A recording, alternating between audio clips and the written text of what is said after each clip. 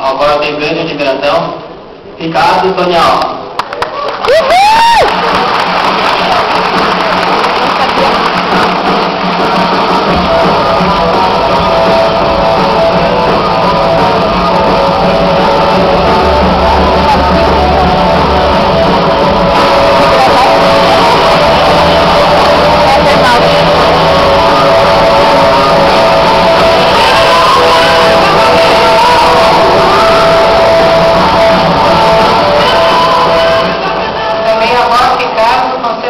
Engenheiro mecânico.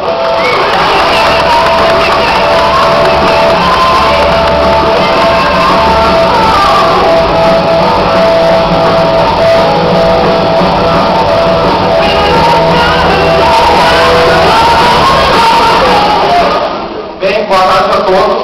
Vou fazer agora algo que eu não tinha o costume de fazer na universidade, que é puxar uma colinha para lembrar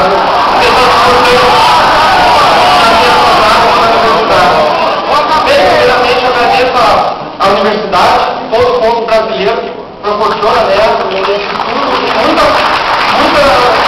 pessoas que tem achando, né? Isso agradeço a toda a população brasileira por isso. Aos meus grandes colegas de faculdade aí, nesses longos 8 anos que eu passei por aqui, né? Ao professor Bucking, por ter me ajudado muito no meu trabalho de conclusão, a empresa estrutural, todos os colegas, em especial o engenheiro Colovini, Renato Campos, acreditar em mim e proporcionar assim, um grande amadurecimento profissional, mas aos meus tios e primos que estão aí também presentes, o pessoal do Sanandu, que veio me ver, minha padrinha, minha madrinha, a minha irmã, Cristina e a Cristiane, eu amo muito vocês, infelizmente ela não pôde vir, a minha irmã Cris. Mãe, tudo que eu nem tenho palavras para descrever, tudo que eu sinto por ti, assim, depois de tudo que a gente passou na nossa família, perdas irreparáveis do pai, tu conseguiu manter a mesma qualidade e estrutura familiar, assim, não deixando de nos faltar nada.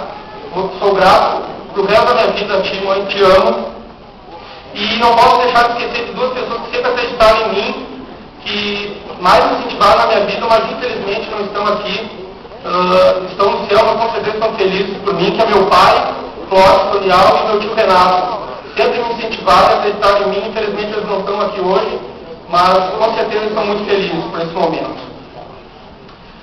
Bem, agora chamo um grande amigo meu, parceiro, gremista, que nem eu, doente, Gustavo Pato.